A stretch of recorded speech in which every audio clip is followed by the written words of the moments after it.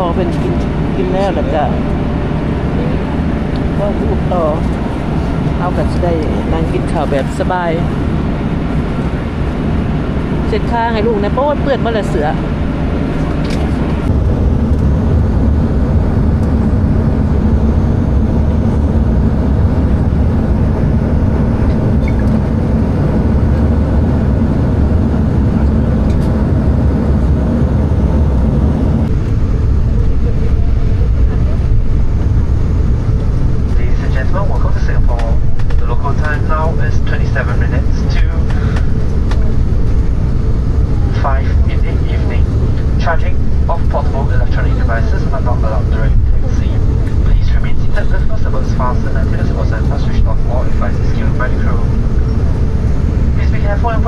Compartments as items may have moved during landing and could fall out.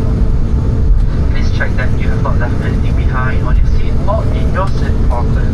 We thank you for choosing to fly Scoot, the budget up of Singapore Airlines.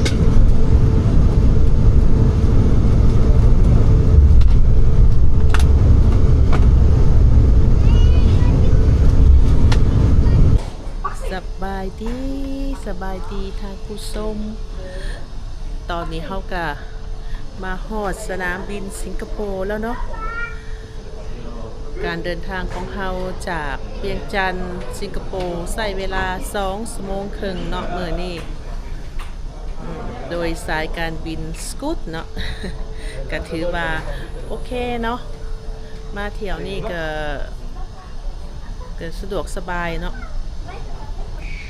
เที่ยวบินเราเริ่ม12 โมงครึ่งมาฮอดนี่กับพอดี4 โมงเนาะ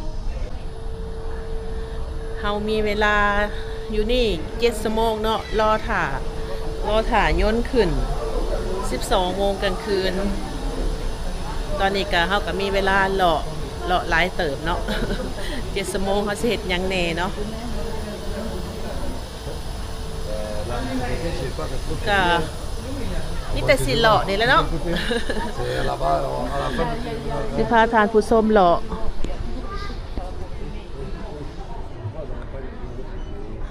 ห่างเลาะชมสถานที่อยู่ที่สนามบินนี่เนาะคันไปเตมินาน3เฮาต้องขี่สกายเทรนเด้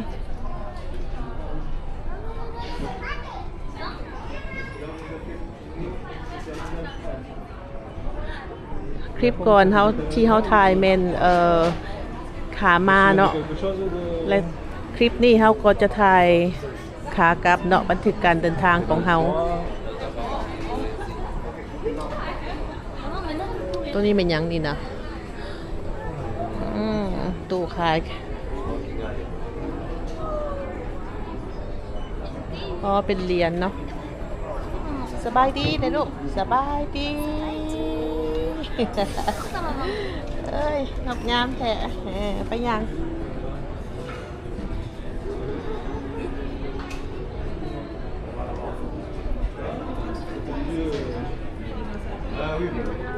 เดี๋ยวเขาสิเบิ่งเนาะเขาสิเริ่มจากไสก่อนเนาะ ตอนนี้เป็นยังลมโซเล่กันอยู่จะไปทางใดดี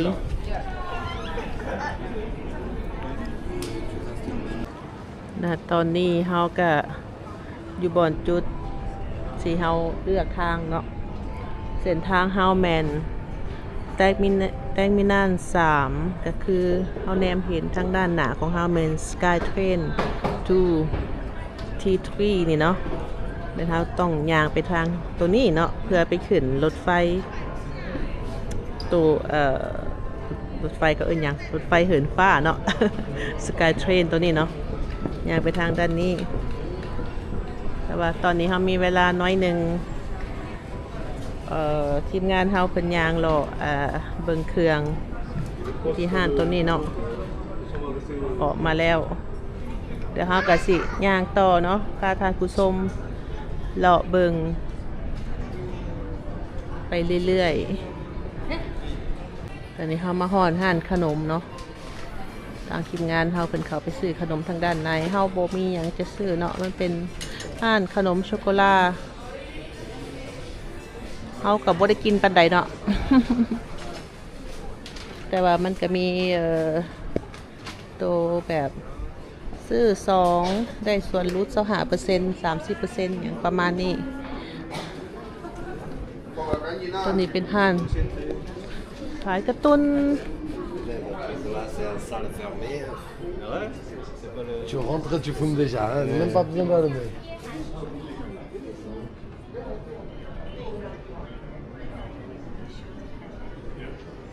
เบื้องทางหน้าเฮาแม่นเพิ่นเฮ็ดแม่น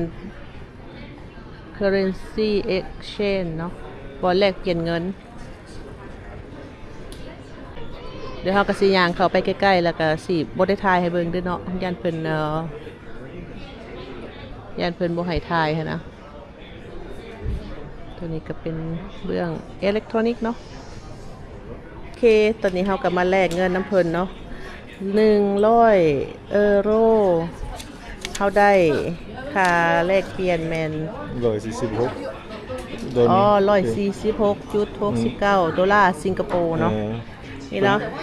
เป็นเงินเส้นเหรอ นี่เนาะเงินสิงคโปร์เพิ่นเป็นแบบนี้โอเคเอาเก็บไปตัวนี้เฮาแลก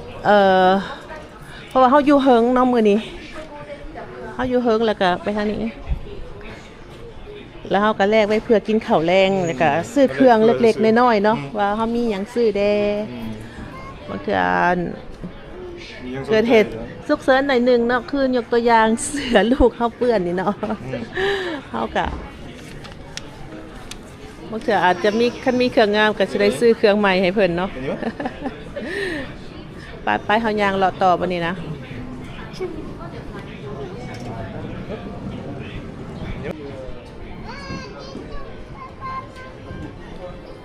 ทางด้านหน้าเฮานี่ข้างเนาะเพิ่นเฮาแนมเห็นว่าเพิ่นมีห้านนวดเนาะ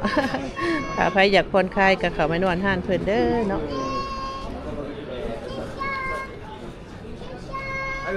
เฮ้ยทีมงานเฮาก็เลาะเบิ่งเครื่องเนาะแล้วเฮาก็สิแยกจากเพิ่นเนาะไปทางของเฮาเพิ่นหาเลาะซื้อเครื่องไปต้อนหมู่ Au revoir. ส่วนเฮาก็บ่ได้ซื้อเครื่องไปต้อนไผเนาะ อาจจะมีอยู่แต่ว่าก็บ่หลายเนาะเฮาบ่แม่นเฮาบ่แม่นคนในของเขตเขาเอิ้นว่าใดๆแบบว่าขอโทษเนาะบอกต่อเฮาบ่แม่นคนหมู่บ่หลายหั่นนะหมู่บ่หลายแล้วก็ซื้อแต่ด้ามเล็กด้ามน้อยที่ว่าไปต้นพี่น้องบางคนซื่อๆก็แค่นั้นบ่ได้สิมีหมู่หลายๆและเพื่อสิไปต้นหลายๆคนเนาะโตฮันทอรี่เบิร์ชอ้อยอยากได้กระเป๋าน้อยนี่นะงาม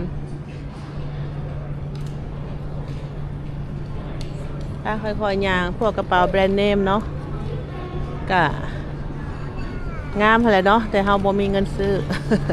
อันนี้เฮาก็บอกความจริงเนาะแล้วก็อีกอย่างหนึ่งเฮาบ่ค่อยได้พายพอปานใดเนาะเพราะว่าเฮายังบ่ได้ไปแบบมีเวียกมีการเฮ็ดนะแล้วก็ออกนอกสู่สังคมบ่หรือต่างๆเนาะซื้อมาถือไปแต่ตลาดซื้อๆกะคือว่าบ่คักปานใดเนาะ เก็บเงินไว้ใช้เฮ็ดแนวอื่นก่อนดีกว่าเนาะมันยั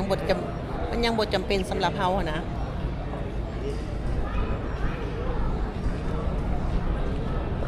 ถ้าถามว่า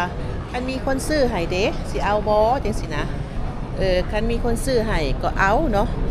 แต่ว่าก็บ่ค่อยได้ใช้คือเก่าหั่นแหละเนาะเพราะว่าบ่ได้ไปไสแล้วก็มันก็ยุ่งยากแต่เฮาก็พายแบบมักพายแบบธรรมดาเนี่ยแหละก็แล้วเนาะตอนนี้เฮามาฮอดว้าวไปเบื้องหลุยเนาะว้าวมาหาซอกเบิ่งเครื่องลักชัวรี่นี่เนาะ บ่มีเงินซื้อกระยาแต่หมักเบิ่ง อย่าว่ากันเด้อเนาะจะหน่อยมื้อใดมื้อหนึ่งเพิ่นว่าอ้าวบ่มักแล้วก็ยังคือเห็นซื้อเห็นพายเนาะอันนั้นก็เป็นเรื่องของอนาคตเนาะ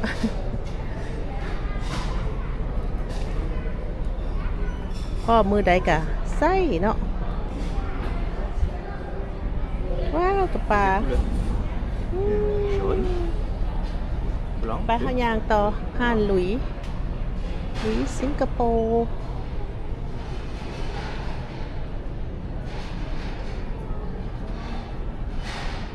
ตัวนี้โซนนี้ทิฟฟานี่แอนด์โกเป็นเครื่องประดับเนาะ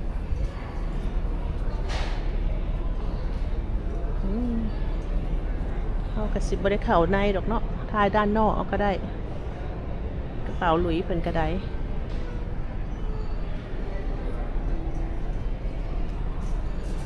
Cái bao may với cái bao dùng. กระเป๋าใหม่ค่ะแหล้วดิ Có một mày đó. มดใหม่ใหม่เนาะ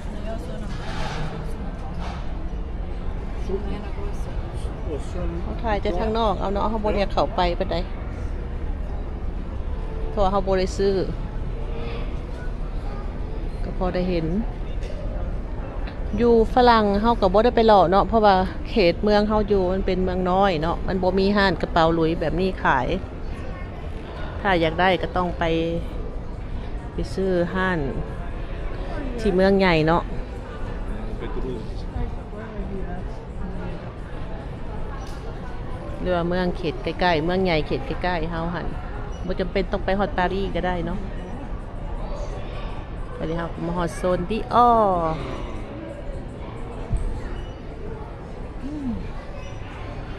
เห็นน้ำหอมแล้วก็ใจละลายเนาะ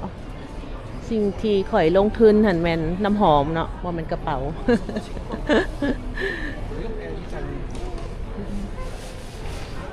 หมักน้ำหอมหลายกว่า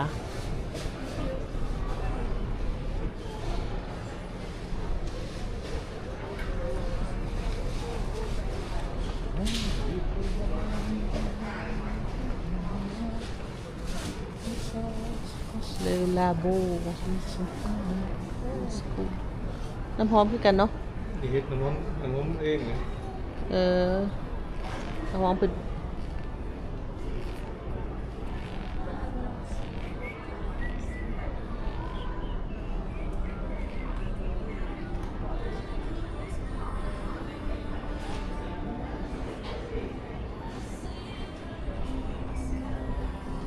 เฮากับบ่เขาไปลองสีของเพิ่นเนาะเพราะว่ากินที่เฮาสนใจเฮาก็มีแล้ว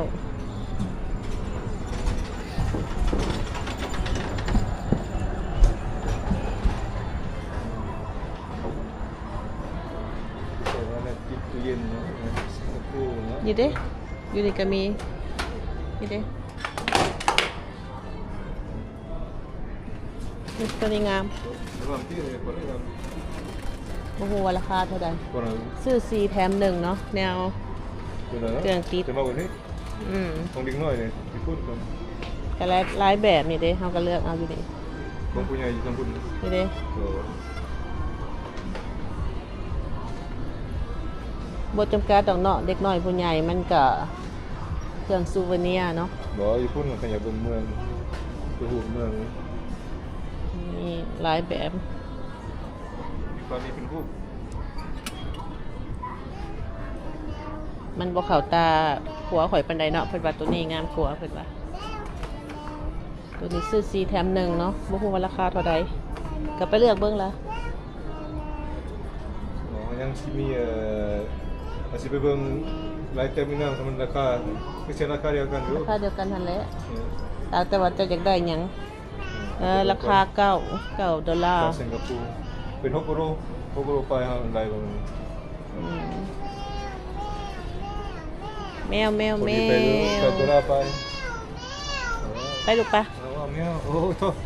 Ben meo. ตัวนี้ก็หลายเนาะบ้านเฮาบ่ได้ซื้อดอก Dah pe bang menu ahanเป็นเท่าไหร่ Karena makin ตอนนี้สิไปสำรวจหั่น อาหารเนาะอาหารเครื่องดื่มเฮาเบิ่งไว้สำหรับมื้อแรงเนาะว่าเฮาสิกินหยังแดและสำหรับครอบครัวเฮานี่มันสิต้องหมดเท่าใดเนาะถ้าว่าจะซื้อกินข้าวแรงนี่ก็ไล่เป็นงบคร่าวๆเบิ่งซื่อๆเนาะมันก็มีอาหารราคาแพงราคาถือคั่นแหละอิงตามว่าเฮามักแบบใดนี่เด้ตัวนี้ก็สปาเกตตี้จานหนึ่ง16.9 ประมาณ11 euro ราคากับประมาณ16 หาซาวเนาะอาหารเพิ่นเป็นแซนด์วิชหรือว่าก็มีหลายแบบเนาะ จัดจานอยู่ได้เนาะหรือว่าเป็นโบว์ เป็นจานแหละจานใหญ่ๆข้างในน้อยๆนั่นแหละ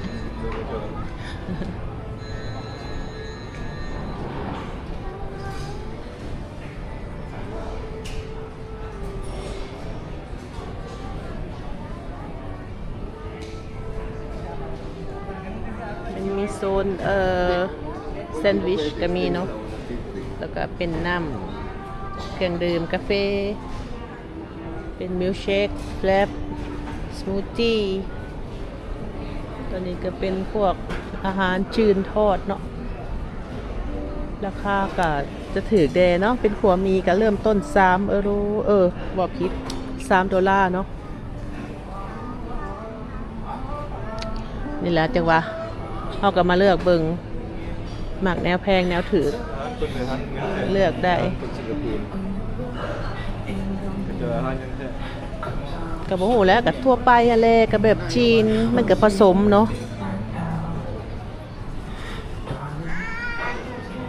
ไลฟ์เบอร์นี้มันมีเพลงเขาอยากข้านตัดใหม่เนาะ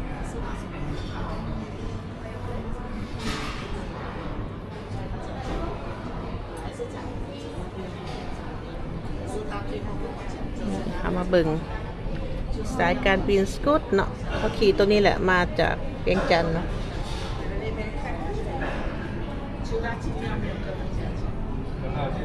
แมนโตขี่มาเมื่อกี้นี่แหละไปเข้ายางโต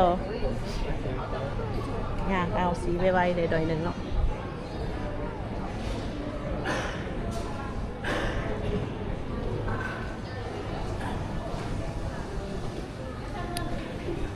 ทางเบื้องนี้ก็เป็นพวกมีเนาะอาหารอาเซียนเพิ่นมีหลายแบบเนาะสามีเฮาก็ถามว่าอาหารบ้านเพิ่นมีหยังแน่ก็ผสมมาแหละเนาะเป็น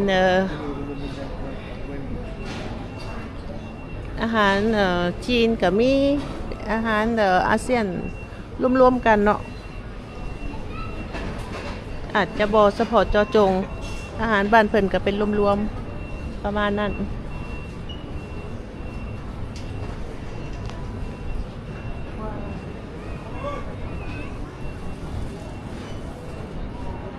อาหารคาบแรงเฮานี่ก็คือสิประมาณไรคร่าวๆค่ะ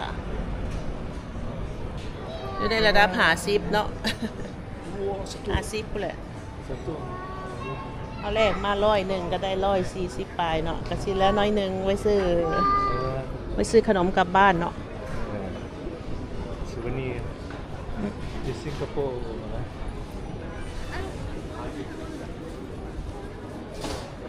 ไก่เป็ดเนี่ย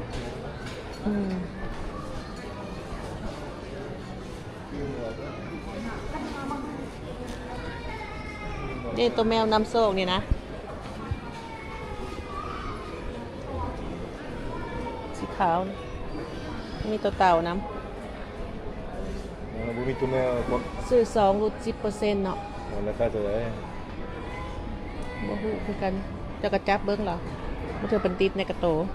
เบอร์จิ๊ดยานมันแตกก็เจอ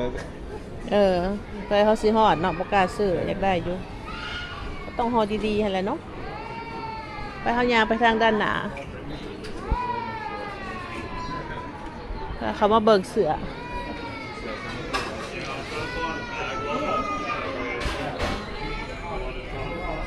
ผู้ใหญ่เนาะออกเป็นแบบเครื่องกีฬาเนาะ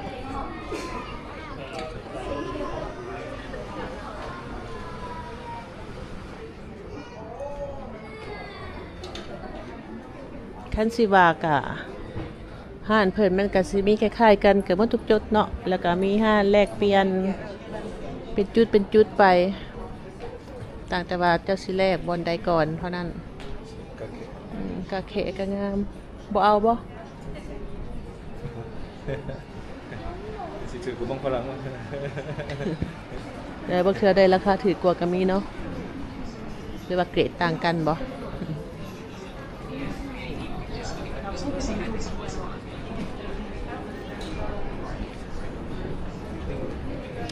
Victoria Secret นี่นะอยากได้อันนั้นอยากได้นี่ไปเข้าไปเบิ่งทางในเพราะอยากได้แนวทาผิวมีทางนี้ก็ได้โอ้โหเท่าไหร่เป็นครีมทาผิวเนาะของห้างตัวนี้แต่ก่อนก็มีแต่สั่งมาแต่อเมริกาเนาะเดี๋ยวลองถามเพิ่นเบิ่งเนาะเดี๋ยวไปเลือกก่อนโอเคตอนนี้เขาก็ออกมาจากห้าง Victoria Secret เนาะ ว่าสิบ่ซื้อหยังว่าซั่นก็ลงทุนไปกับโลชั่นเนาะถึกล่อเนาะซื้อ2แถม1ว่าซั่น ล่อ ถึกล่อเนาะ ซื้อ2แถม1ก็ถึกเป็น60 ดอลลาร์สิงคโปร์เนาะก็ถึกหลอดละไอซ์เลียก็ถึกหลอดละ20เนาะถ้าซื้อหลอดเดียวเพิ่นไล่30เนาะเป็นหยังเฮาอยากซื้อตัวนี้ก็ย้อนว่าอยู่ทางฝรั่งเพิ่นบ่มีเนาะบ่มีห้านตัวนี้ปรากฏว่าบ่ค่อยเห็นเนาะแบบมีหน่อยหันนะถ้ามีอาจจะเป็นไปซื้ออยู่เขตใกล้เคียงเนาะหรือว่ามาที่สเปนเนาะแต่ว่าเฮาก็บ่ค่อยได้ข้ามมาเที่ยวพอปานใดกะยามันเนาะซื้อแล้วก็แล้วบ่คืนหลายเนาะแนวที่เฮามักเฮาก็ซื้อโลชั่น3หลอดนี่ก็กุ้มหลายเติบแล้วนี่นะบางเทื่อเฮาบ่ต้องการแต่ที่จะใส่น้ำหอมแห้งๆเฮาก็ทาตัวนี้ ว้าวหลายเนาะสำหรับผู้บ่มักก็คือสิว่าเป็นบ้าแห้งละ จีดน้ำเพิ่นไปกับหลายเติบเนาะเพื่อสิเลือกได้กะเอาไปแล้วเนาะวันนี้ ทีมงานเฮาอยู่ทางหน้าเนาะ เพิ่นมาเห็นก็คือซีเมนต์ต้องการคือกันเอาให้เพิ่นเลือกต่อตอนนี้เฮามาฮอดที่ร้านกาแฟโป้นเนาะก็อยู่ด้านหน้าเดียวกันนี่แหละเดี๋ยวเฮาถามทีมงานว่าสามีเฮาจะต้องการอยากแลกเงินเติมบ่หรือว่าพอแล้วเฮาเหลือเท่าใดเหลือ80เบิ่งคันสิกินพอหรือว่า คิดว่า กินอยู่เบอร์เกอร์คิงมื้อแรงหรือ ข่อยคือบ่ได้อยากกินข้าวแรงพอปานใด ก็กินกาแฟกินหยังไง ก็บ่มีปัญหาดอก แต่ว่าคันสิกินข้าวเป็นจานใหญ่ๆข่อยบ่กินได้ข่อยรู้สึกว่าอิ่มยังอิ่มยังอิ่มข้าวสวยอยู่ อีร้อยได้เพื่อสิอด10โมง ก็ซื้อให้ลูกก็บ่ได้มีหยังเว้าข่อยพี่บ่แม่นเว้าลูกต้องกินอยู่แล้วเดี๋ยวแต่คันบ่พอเฮาก็ไปแลกตื่มเนาะเฮาเหลือเงินมาบ่หลายดอกเงินสดเหลือเท่าใด100ปลายนี่แหละอันตัวที่เหลือนี่แม่นหยัง แม่นเงินเปื้อนเนาะเงินที่ว่ามันมีห้อยขีดหั่นนะแหละอยู่ลาวเพิ่นบ่เอาเนาะถ้าว่าไผสิเดินทางไปมาลาวเนาะถือเงินจะเป็นเงินสกุลใดก็ตามเนาะจะเป็น US ดอลลาร์หรือว่าสิเป็นยูโรเนาะก็ขอให้เอาเงินที่แบบว่าบ่มีห้อยขาดบ่มีห้อยเปื้อนเนาะ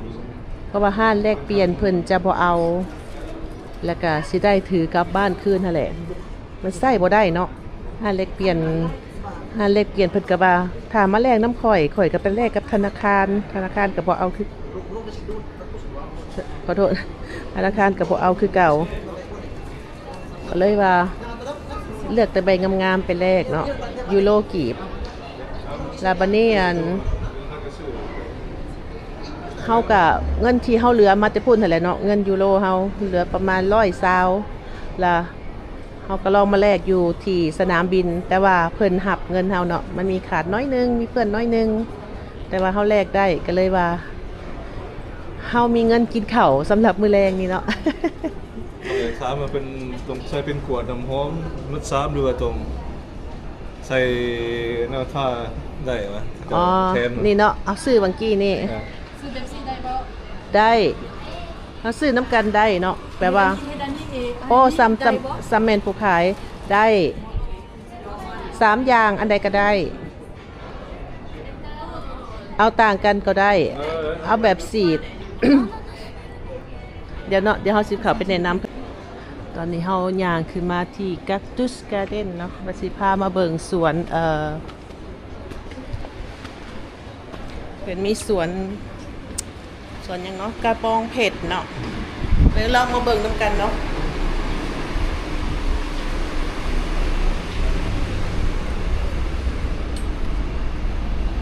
อ๋อนี่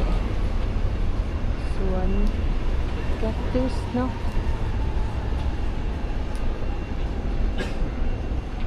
ก็ประมาณนี้ขึ้นมานางหลินแบบว่าหับลมธรรมชาติเนาะ So yeah, she had felt there was more flexibility potentially to แต่ว่าเขตนี้เพิ่นบ่ให้สูบยาเนาะมีต้นจำปาน้ำอากาศอ้าวเนาะแต่ว่าไผมักแบบธรรมชาติก็มานั่งได้เนาะในคือแบบว่าเฮารอถ่ายนต์เหิงหั่นนะ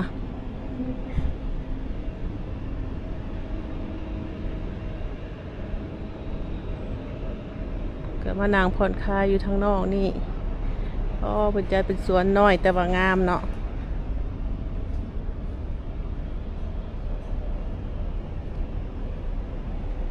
ซื้อแต่ละอย่างโอเคประมาณนี้เนาะเฮาขึ้นมาถ่ายให้เบิ่งอยู่ที่ Cactus Garden เนาะเดี๋ยวสิกลับลงไปคืนว่าสิไปWater Lily Garden เนาะกำลังซอกหาทางอยู่นี่เนาะพืชเพิ่นที่ว่าเพิ่นเอามาปลูกอยู่ในสวนนี่เดี๋ยวไปเบิ่งตรงสวนลิลี่การ์เด้นทางด้านเทิงนี่เพิ่นมีเบอร์เกอร์คิงนำเนาะถ้าว่าใครอยากเดี๋ยวสิละเฮาสิลงกลับลงไปคืนเนาะเดี๋ยวค่ะเห็นโตสวน Water Lily Garden ตัวใหญ่ๆเฮาสิไปถ่ายให้เบิ่งตื่มเนาะว่าตัวนี้เฮาสังเกตเบิ่งว่ามันขึ้นน้อยๆนึงบ่มีหยังแล้วเพิ่นก็ยังบ่ได้เปิดน้ำเนาะอุ๊ยลูกสาวเฮามาหับไปลูกไปย่างมาเด้อแต่เฮาย่างต่อเนาะ เอาไปเทอร์มินอล3มาเลย ไปเฮาย่างไปเตอร์มินอล3ไปขี่รถไฟเหินฟ้าเนาะ สายรอยเขาห้องน้ำ เพราะตอนนี้ก็ยังหล่อใกล้ๆในเขตใกล้ๆนี่เนาะเดี๋ยวเขาลองมาสอบมึงทางลมมึงเนาะซีเมนต์ตัวนี้บ่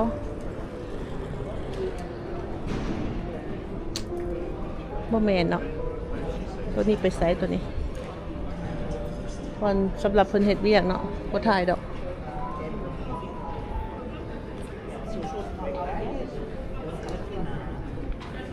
ตอนนี้ก็เป็นเวลา5:30เนาะเอาไปกินข้าวทางหน้าพุ่นเนาะ เทอร์มินอล3คนจังไปอย่าไปกินน้ำกินหยังหรอก โอเคเจอกันที่ Sky Train เนาะเรามาฮอดบอนทางขึ้น Sky Train 233เนี่ยเนาะกับบริยางไกลหลายเนาะยางบุดเดียวหนึงแปลว่ารถเพิ่นสิมาทุก4 นาทีเนาะโอเคเราไปเบิ่งน้ำกัน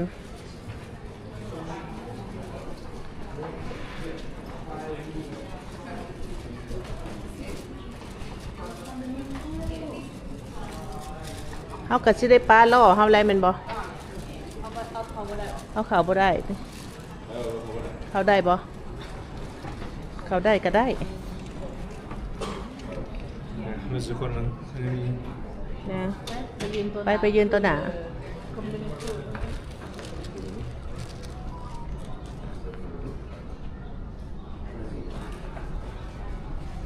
อีก3 นาทีเนาะ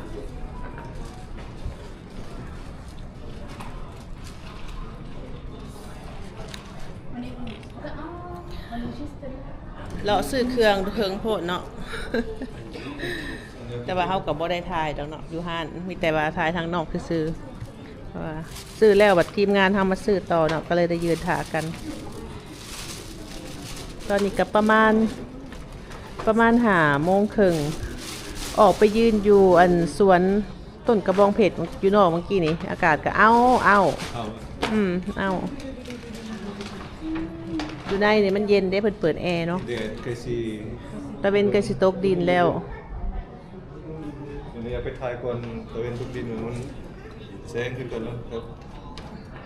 เดี๋ยวมันมืด แต่ว่าอยู่นอกกับคนกำลังร้ายอยู่ก็เจ้าอยากได้อากาศสดเดี๋ยวขาจังหน่อยเนาะอีก1 นาทีรถไฟมารถไฟกำลังมาฮอดเนาะถ่ายคนออกแล้วก็เข้าไปบัดนี้นะ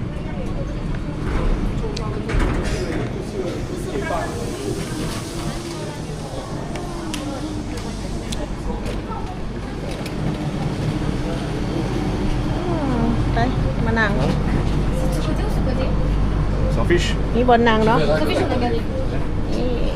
นะมานั่งมาวางบ่ Tu veux aller là-bas? Tu descends, tu descends. Non, mais pour voir ma vidéo. Bah vas-y, fais-le parce fais les que deux. ça va. จับเอาลูกจับเอา Tu vas voir, regardez, ça va. Ce côté, il est venu comme ça, à mon avis. มันมีบนนั่งกับบนยืนเนาะคันคนร้ายก็จะยืนเอา Il partira par derrière. ดูทางด้านนี้นั่งเขานั่งก่อนพักผ่อนก่อนเมื่อย T'as acheté, non? Parce qu'ils m'ont dit de pas prendre de l'eau dans la mienne. Hein เดี๋ยวถามเล็กน้อยแล้ว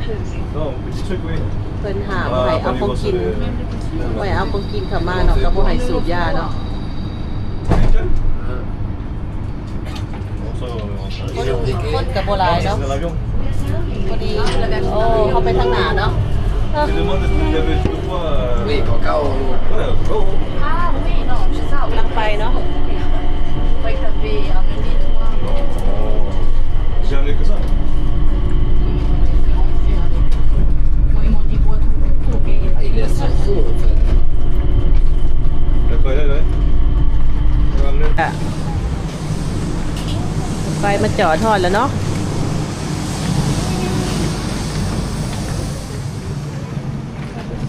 คนมารอถ่าออกกันหลาย พี่สิเป็นย่นทางกระลงเนาะเป็นลงทางปูมาเนาะ Yeah, dès que vous m'avez fini de manger.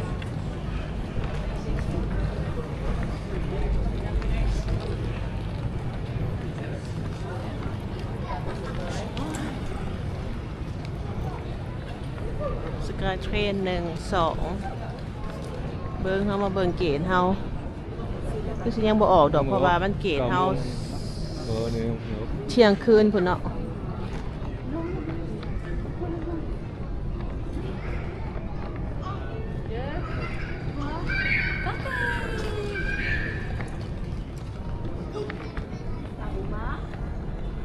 เฮาก็ไป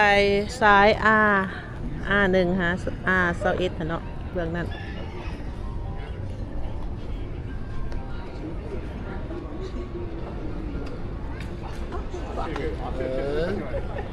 กว้างใหญ่แห้งเนาะสนามบินเพิ่น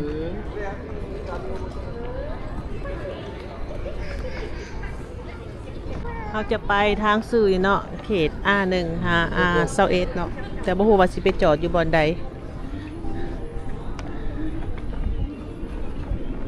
เครื่องเพิ่นก็จัดเป็นโซนไปเนาะคือกันเบิด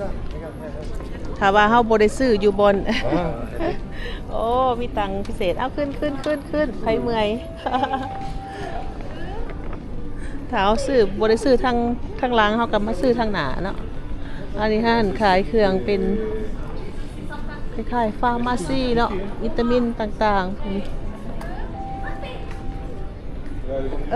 ข่อยลืมซื้อยาหมองกาลิงให้เอื้อย มันจะยำมงกัน แต่เสือลืมเฮาบ่ได้ไปห้านยาเนาะโอ้ยบ่มีเวลาปานใดเลยไปเวียงจันทน์ก็ได้ มีติกาลาบูนนะที่ยาย กระบูนหั่นแหละลืมแท้ๆลืมว่าเป็นเคยสั่งตะกี้หักกะยาแล้วเฮาซื้อตัวน้ำมันนวดให้เพิ่นละโอ้ยกินฮอดเวสนาเนาะก็ยักษ์นี่เนาะ ร้านเคยข่อยเนาะสะสมเหล่าว่าซั่นโอ้ยเขาไปเฮือนเพิ่นแล้วว่ามีแต่แก้วเหล่าเรียนอะไรสายอยู่ซื้อตู้มาให้เหล่าอยู่ จะไปถ่ายที่นะ งั้นเขาถ่ายไกลๆบ่ได้เห็นดอก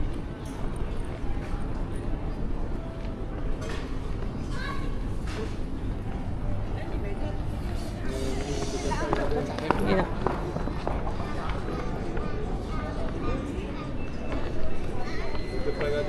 เดี๋ยวมาหอดตอนนี้เฮาสิไปโซกหาบอนกินข้าวกันเนาะลูกสาวเฮาเมื่อยแล้ว เฮาแนมเห็นด้านเทิงเนาะสิงคโปร์ฟู้ดสตรีทเฮาสิลองไปเบิ่งเนาะ ไปจะมองที่สิ นี่ว่าจะกินอยู่เทิงหลุมบ่ เดี๋ยวเบิ่งมียังไงเลยมาแล้ว ไปเทิงบ่เฮาขึ้นไปเทิงเนาะซอกกินแนวง่ายๆ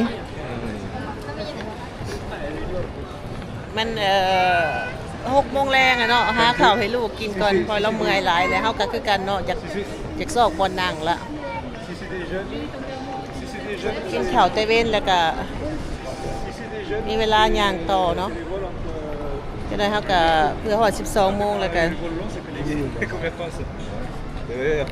นอนอยู่ยนเลยวันนี้นะในบ่อนี่ก็มีแลกเปลี่ยนคือกัน ไปอันนี้มาเอามาเชียง ที่ขึ้นทางใดนี่มีคันไดเรือนเบื้องนี้บ่ฮู้ว่าเราเอาสิขึ้นได้บ่เนาะ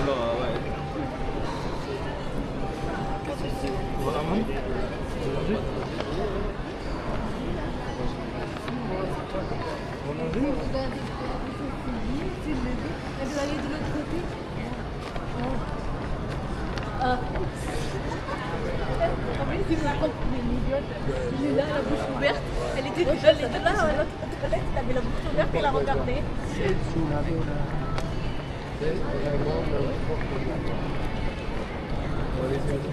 โอ้มันเป็นอันนี้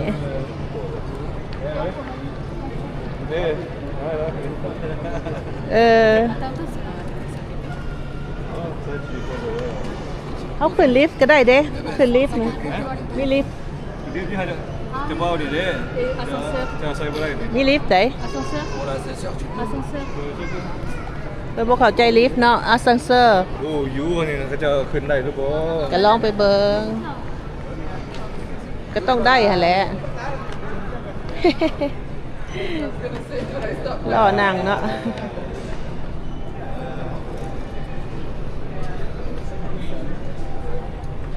ก็ต้องได้แหละไปเข้าไป เดี๋ยวก็ สั้นที่เท่าไหร่ สันสองรีสอร์ทนี่ ขั้น3บ่ รีสอร์ท เอาบีบไหมC'est bien Coralie, c'est mieux ça. อ้าวโอ้ลูกสาวไปได้ตังค์แล้ว C'est mieux เอ ça. อ Enfin, mais. Oui. ไป Tonton, regardez. สบาย Comme ça, napkin, là.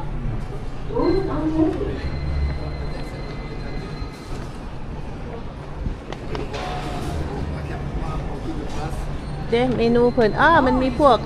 อันนี้กินแบบนี้ได้มีติ่มซำ Regarde, on peut manger des นี่มีเกี๊ยว nouilles, chef min, le feu vietnamien. กินวันนี้ดีกว่าเว้ยสิเอาตัวนี้แหละเอามีแห้งมีเกี๊ยว L'œuf, le poulet. Je sais pas siเขาสั่งเขาเป็นนั่งแล้วก็จะมา มาเสิร์ฟให้เขาเลือกบนนางเองนางใส่ก็ได้นี่ไปเบิ่งไป ไปซ้อมบนนั่งเดี๋ยวไปสั่ง Regarde maintenant ce que je viens de voir. Oui, mais non, regarde. เดี๋ยวเขาสิย่างไปเบิ่งกันเด้อ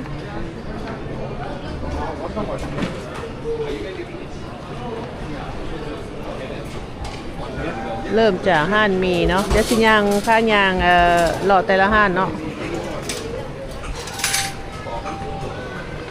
ตัวห้านมีห้านเขา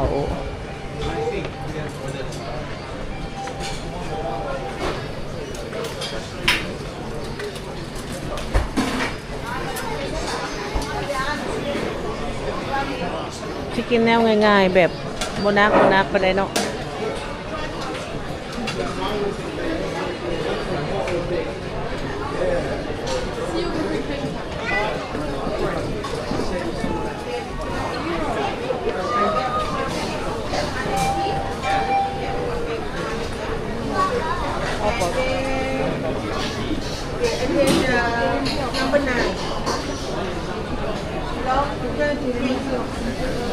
อาหารเพิ่นกับประมาณ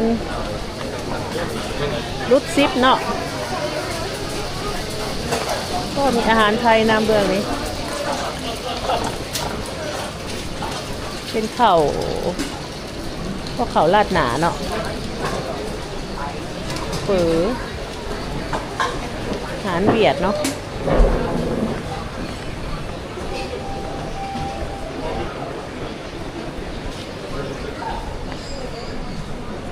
อาหารอินเดีย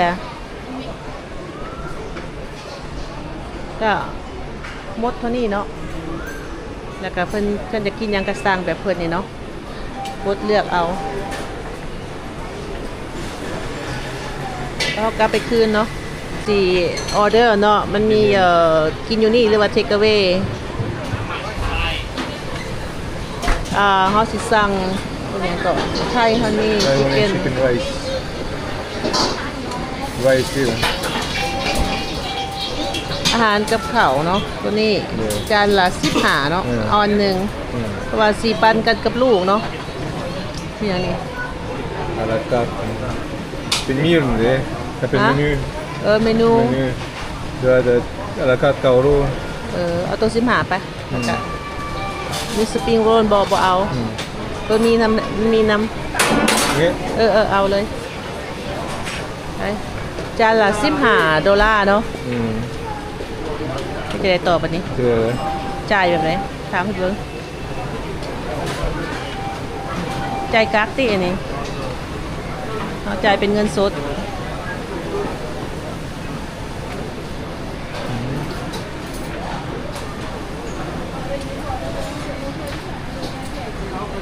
เพิ่นสิขาแล้ว là. เอาจ่ายกักตัวนี้ได้ถามเลยเดี๋ยวสิโอ้ยเลือกจนแล้วเนาะได้ชินแล้วบ้านนอกเข้าในเมือง มันมีบนใจายสำหรับเงินสดต่างหากเนาะอยู่เบื้องนี้เนาะจ่ายเงินสดโอเค Thank you. thank you เปิดมีผู้แนะนำเด้อได้เขาก็เลือกต่อ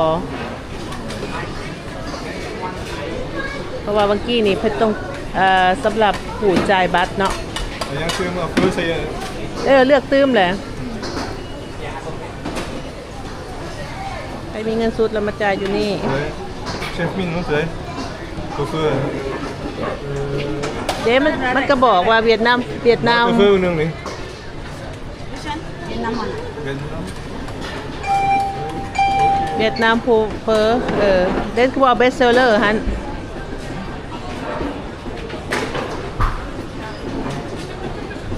เฟอกระถ้วยหนึ่ง16-90เนาะ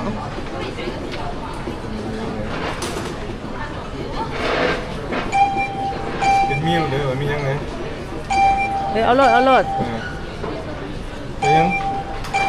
Cái nhang. บ่เอาหยัง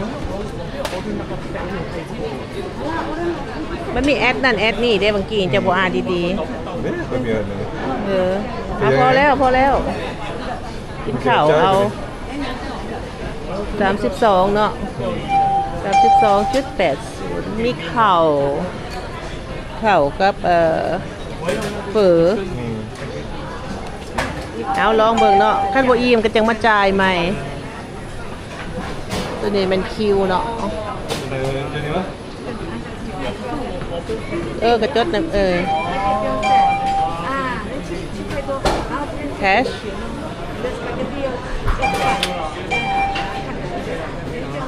เรียนฝรั่งหลายแล้วก็ลืมภาษาอังกฤษเนาะ มาประเทศเสื้ออังกฤษก็เป็นเลอๆลาๆอยู่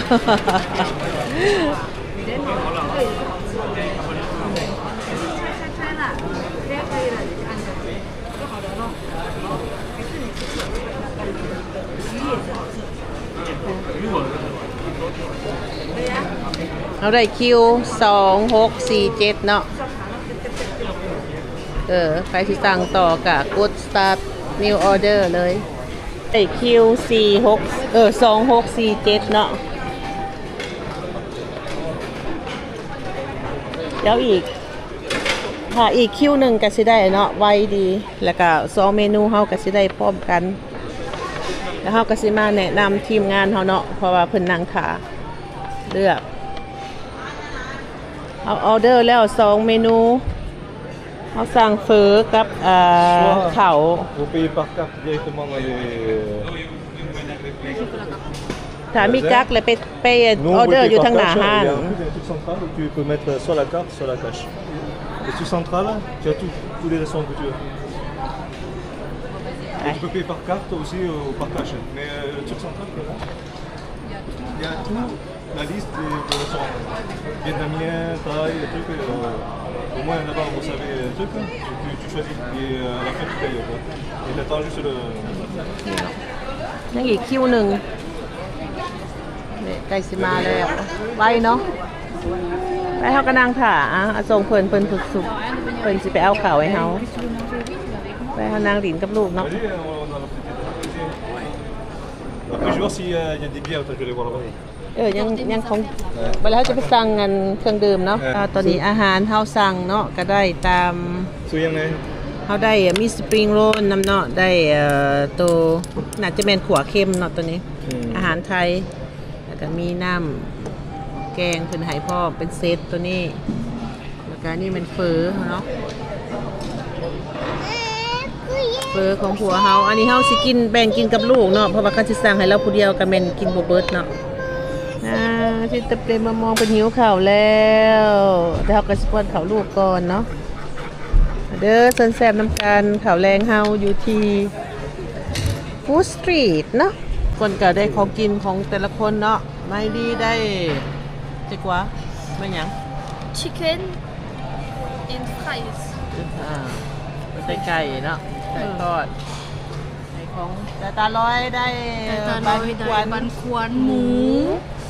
กับผัดไทย ตรงได้เฟอเนาะ Faut juste scanner et voir si tu as gagné quelque chose. เฟอ2ถ้วยผู้บ่าวนี่นะ C'est un truc de.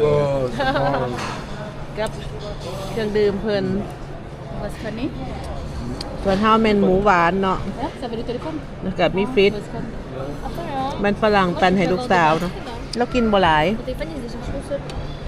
แต่ว่าให้กินหลายๆอย่างเนาะ Là, on les. ถ้าก็กินข้าวได้แต่2-3 คำนึงแต่ก็บ่เป็นหยังเนาะเด็กน้อยได้หน่อยเด็กๆมาให้เรากินนมเติมสันแซบลูกสันแซบเด้อกินโลดมางบ่ได้เว้าหยังให้ตอนนี้พวกเฮาก็กินข้าวเรียบร้อยแล้วเนาะบางอันก็เบิดบางอันก็บ่เบิดเนาะไปเตรียมเดินทางต่อเนาะเฮานั่งกินข้าวใช้เวลา1 ชั่วโมงเต็มพอดีพองามท่านหิวอีกก็ไปกินทางหน้าเนาะ อาหารที่เขาสั่งกินแล้วเขาต้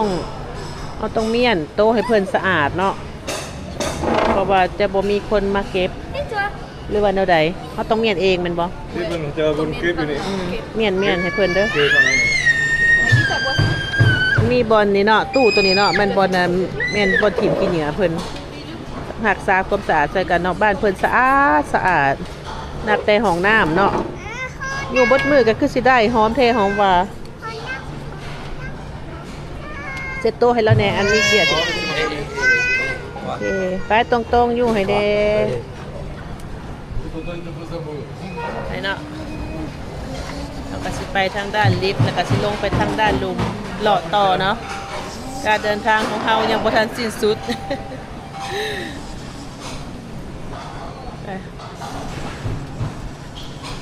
โอเค มาฮอดลุยวิตตงอีกแล้ว ข้างล่างด้านหลังเฮานี่เนาะอาหารหลุยส์วิตตองเนาะอ๋อเห็นแล้วเห็นแล้ว โบเจง ว้าวบ่แจ้งจังได๋กล้องข่อยบ่กว้าง น้องโบเจงมันเข็น พอแล้วเนาะซ้ำนี่ก็เห็นแล้วเนาะตัวนี้น่าจะเป็นเสื้อผ้าเนาะเมื่อกี้นี่เขาเบิ่งนี่เป็นกระเป๋าเนาะเสื้อผ้าตัวเมื่อกี้นี่เขาเบิ่งบ่เห็นหลายปานใดเนาะ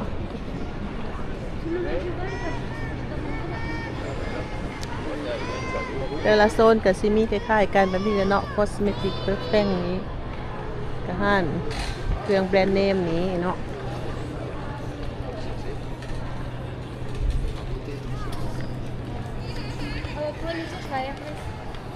สนามบินเพิ่นนี่แบบว่าบ่เห็นกลางเว้นกลางคืนเลยนะ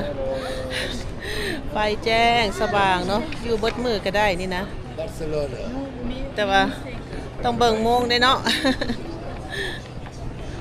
จักโมงตัวนี้เป็นเวลา 7 โมงแรงเนาะมาก็กินข้าวแล้วเฮียมห้อยแล้วกินข้าวบ่หลายมื้อนี้น้อยเดียวโอ้รู้สึกอยากปานใดเนาะเดินทางแหละเป็นแบบนี้แหละบางเทื่อสิไปซอกหากินในยนต์เอาทีมงานเฮาก็จึ้งอีกแล้วเนาะรถไฟมีแผนสิเข้าห้านน้ำหอมนี่ Opinion du terminal ฮะ Opinion du terminal ไปตัวหนึ่งบ่วันนี้มันขึ้นละบ่ Barcelona 12 โมง เฮาก็สิได้กลับ terminal กลับไปคืนอันนี้เขามา3 กลับไปคืน กลับไปคืนเหรอ สิกลับไปคืนยังเนาะ เอาจะว่าแต่งมีนาน1 เอามันคือ12 โมงมันคืนจะสิไปกลับไปยังเดี๋ยวนี้ อันนี้เฮามาหล่อซื่อๆติ มาโลนี่ครับผมมาโลแนว คิดว่าสิ อยากโลแนว ไปหลอกก่อนซะนะยังมีเวลาอีก5 ชั่วโมง4เพื่อไว้เนาะ3 ชั่วโมงโอเค3 ชั่วโมง สมมุติยังเจ้าทีเจ้าเข่าอะไรมันคือ เข้าแล้วก็เฮากับเพื่อเฮาย่างไปหั่นเด้มันไกลเนาะ หานาที กระแทกเลย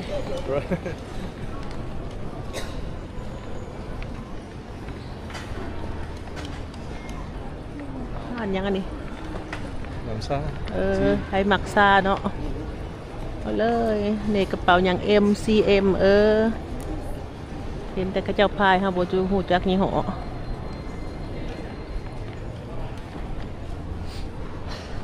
ลูกเขาได้ปะเนี่ยข้างหลังจ้ะคนน้อยๆนี่นะคนน้อยๆนี่นะเอารออยู่แถวแตงมินาน3เนาะตอนนี้แล้วเขากสิกลับไป1 คืนเนาะเพราะว่าบอร์ดมันขึ้นแจ้งแล้วเนาะว่าเป็นเต้1นี่ข้างหน้าเขานี้เขาก็ไปขึ้น Sky Train to เต้1เนาะไปเบื้อง CAD นี้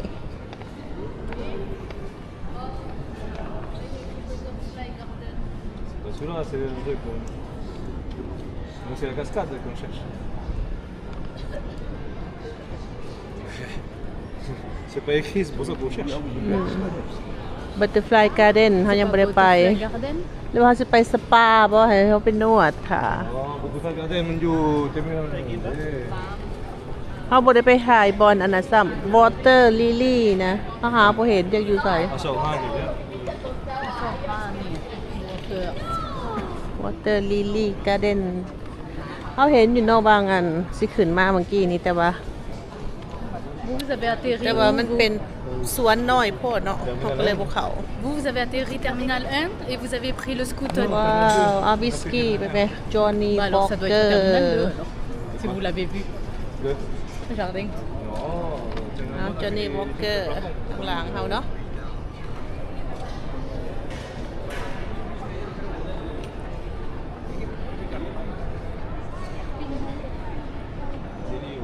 อ่านปื้ม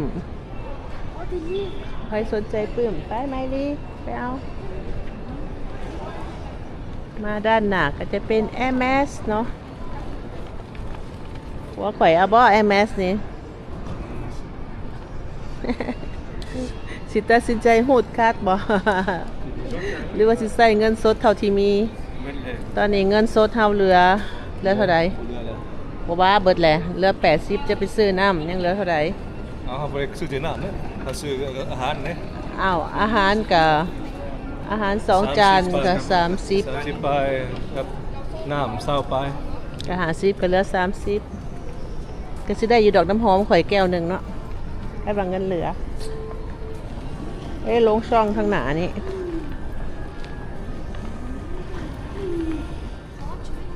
ไปตามกระแสนี่แหละเนาะเห็นตัวใดงามกระท่วงไป จะซื้อให้ซื้อนี่ก็บ่ตัดสินใจซื้อเนาะคือที่เคยว่ามาหั่นแหละเพราะว่ากระเป๋าเขาใส่แบบใดก็ได้เนาะบางเทื่อก็ใส่ถือกลัวตัวนี้ซ้ำเป็นรุ่นถงผ้าธรรมดา Non, il est pas ici, c'est Jewel.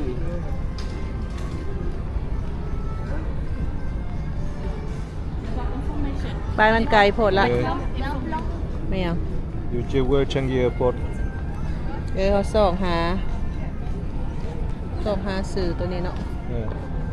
ไปเบิ่งนะพูดไปเบิ่งแผนที่เพิ่นพูดเนาะ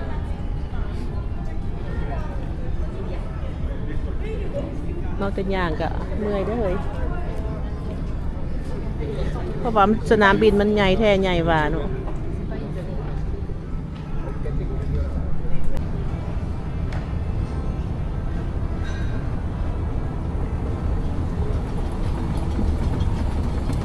ตอนนี้เขาลองย่างขึ้นมาสั้นเทิงเนาะ Silver Chris ลงมันสั้น Business Class ซื่อๆเนาะบ่มีหยังเนาะบ่มีหยังคิดว่าสิไป Butterfly คือสิแม่นทางนี้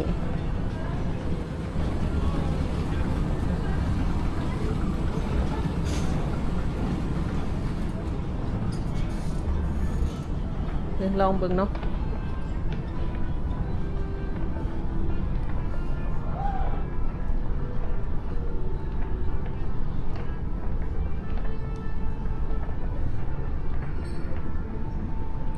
ต้องเดินยางไกลเติบกลับคืนดีกว่าบ่ไปดอกต้องให้ทีมงานมานำกันเนาะมันค่อยม่วนเบื้องนี้เป็นทางขึ้นของ First Class กับ Business Class เนาะเพิ่นหับกันอยู่เทิงนี้เดี๋ยวสิลงไปดังลุม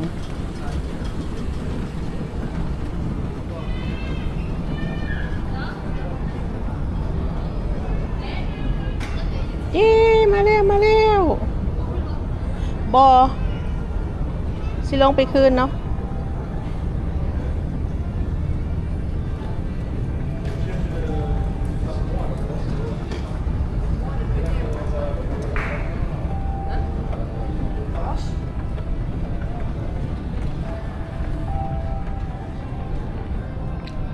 อยู่เทิงมันเป็นสัน First Class มันเป็น First Class กับ Business Bij Moi, j'ai envie de le voir. Et après, เดี๋ยวเขากลับคืนเนาะเพราะว่าเส้นทางของเมืองเป็นทางนี้เนาะ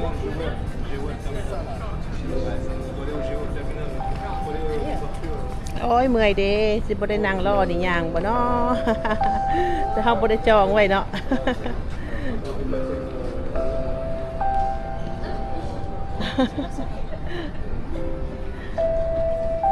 ไปแม่ขึ้นไหม โอ้น่าหักเนาะ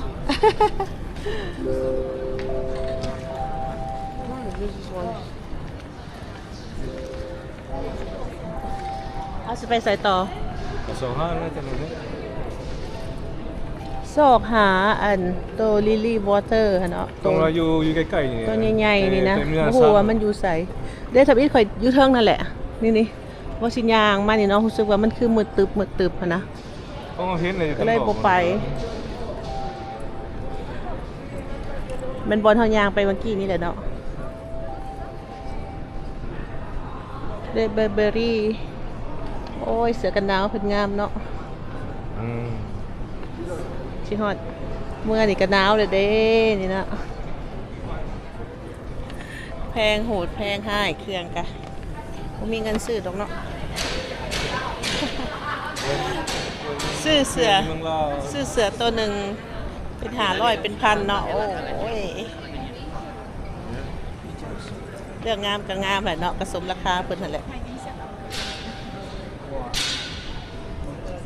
ด้วยนี่เป็นบอสตอนนี้เฮาย่างกลับเมื่อคืนเนาะ Ça, c'est le public, non? ตอนนี้เฮาอยู่เตอร์มินาล3วันนี้เฮาก็สิได้กลับเมื่อเตอร์มินาล1คือเก่าเพราะว่าบอร์ดมันแจ้งขึ้นมาว่างหนึ่งนี่เนาะว่าสายการบินเฮามันอยู่เตอร์มินาล1โอ้ยใส่เวลาย่างเลาะ20นาทีนี่ได้เฮาก็ขึ้นสกายเทรนนี่เด้นี่ทางหน้าเฮานี่ อย่างเงี้ย โอ้ยมันไกลโพด20นาทีพุ่น เป็นพิญญนกับจะโล บ่แล้วมันก็เมื่อยปวดขาเนาะ นั่ง2 ชั่วโมง นี่บอดขึ้นแล้วเนาะไปย่างกันย่างซะแต่ว่ามันขึ้นตัวนี้มันก็ใกล้กว่าเดแป๊บเดียวปุ๊บปุ๊บมันบ่มีหยังเด้จะสิย่างไปเห็นหยังบางนั้นแค่มันมีแนวเบิ่งกับใครเด้ก็เป็นทางอันนั้นซื่ ก็จะ อ ไปเนี่ยก็เอาสกายเทรนจะไปทาเฮาอยู่เต็มไปหมดเลยเนี่ยไปยัง ๆตอนนี้ก็เริ่มเมื่อยแล้วเนาะย่างหลายโพดละ สิย่างไปได้ไม่นานหนึ่งเนาะจะ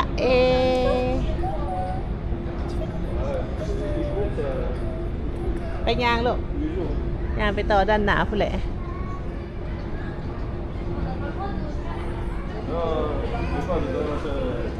เบิ่งยังเหลือเวลาหลายเติมเนาะ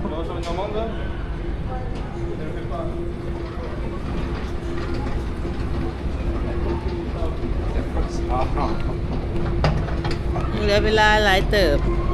สามีเพิ่นว่ายักย่างเพิ่นว่าสินั่งเทิงแล้วเพิ่นก็หาเอิ้นหยังก็ย่างแล้วก็ไปพักผ่อนประเดียวหั่นนะประมาณนี้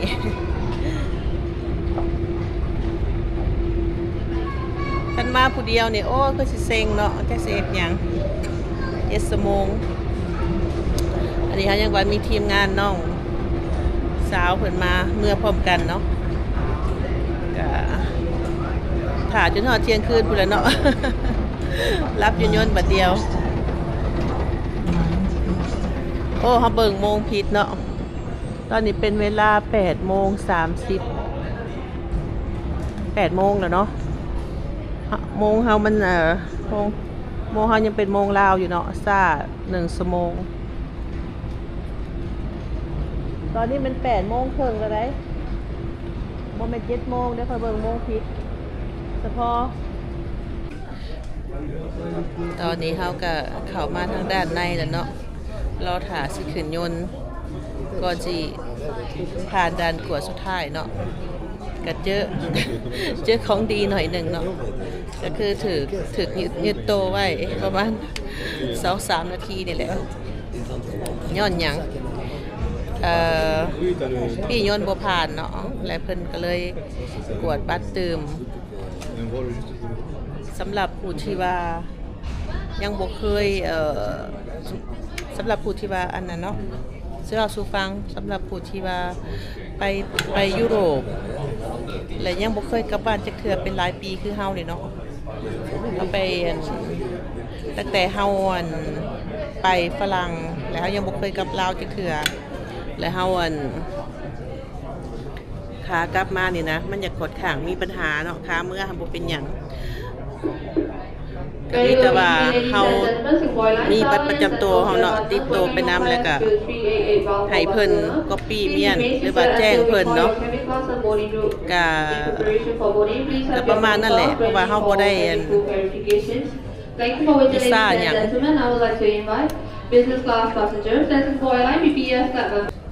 ก็ประมาณนี้เนาะมันก็สีคัดๆหน่อยนึงย้อนว่าเฮาบ่เคยเดินทางไปกลับเนาะคันโอกาสหน้าก็เพิ่นก๊อปปี้ บัตรของเฮาเรียบร้อยแล้วก็สิง่ายในขั้นในเทื่อต่อไปเนาะก็บ่มีปัญหาหยังดอกอันนี้น่ะก็เล่าสู่กันฟังซื่อๆว่าเฮาเจออุปสรรคหน่อยหนึงเนาะย้อนว่าเฮาบ่เคยเที่ยวไปเที่ยวมาแหละแต่เพิ่นอาจจะเห็นว่าบ่มีวีซ่าขอกลับเมืองฝรั่งคืนหั่นนะ Ouais. อันนี้ก็มาเล่าสู่กันฟังเนาะอีกจักหน่อยรอถ่ายอีก30นาทีก็สิขึ้นยนต์แล้วเนาะตอนนี้เฮาก็ขึ้นมาทางด้านเทิงแล้วเนาะพอดีได้นั่งอยู่บนเบื้องโปงเยี่ยมเนาะ Tiens, là, il y a comme vous. เอาแล้ว Vous savez. นี่เจ้าบ่ได้เอาบ่ Non, c'est le bon comme. นี่นะแต่อันจับอันฟังหูมาหนึ่งเพิ่นให้จับผู้ละอันขึ้นมาเพื่อว่าอยากเบิ่งทีวีเนาะเบิ่งเทเลเฮาก็บ้านแตะก่อนเฮาก็บ่ได้เบิ่งดอกเฮาก็เบิ่งแต่รูปภาพอ่านเอาเนาะ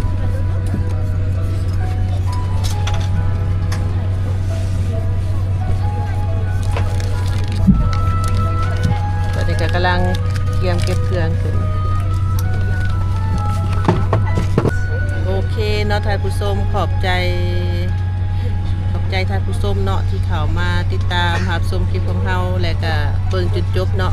คลิปนี้ก็อาจจะยาวแน่เนาะเพราะว่าถ่ายตั้งแต่เริ่มต้นจนเข้าฮอดขึ้นยนต์เนาะก็มีอันใดผิดพลาดก็ขออภัยนำเนาะ ก็เป็นการบันทึกการเดินทางของเราเนาะจากเวียงจันทน์ตั้งแต่เวียงจันทน์มาจนฮอดสิงคโปร์เนาะและตอนนี้เราก็สิเดินทางต่อกลับเมื่อที่บอนเก่าเนาะบาร์เซโลนาเป็นจังได๋ก็ฝากติดตามรับชมช่องของเฮาเด้อเนาะ ฝากเป็นกำลังใจให้เด้ให้ช่องเฮาได้ผ่านไวๆเนาะตอนนี้เฮาก็กำลังเฮ็ดแล้วก็พยายามเฮ็ดให้ดีที่สุดนั่นแหละเนาะเพราะว่าเรียนรู้ประสบการณ์นำทานผู้ชมแหละเนาะถ้าใครมีคอมเมนต์หยังต่างๆเข้ามาหรือว่าอยากถามหยังก็ถามเฮาได้เด้อเนาะเฮาก็สิตอบ Wow. Mais c'est quoi? อ๋อลูกสาวเพิ่นพอจะขึ้นแล้วก็ได้ของต้อนแล้วเนาะในของหลินขอบใจหลายๆเด้อเนาะ C'est quoi? เอาหลินได้อลูก Ça, c'est pour tes oreilles? Pour la musique? โอเคเนาะก็สิปิดคลิปไปเพียงเท่านี้เนาะแล้วก็พบกันใหม่คลิปหน้าเนาะบ๊ายบายเลยลูกบ๊ายบาย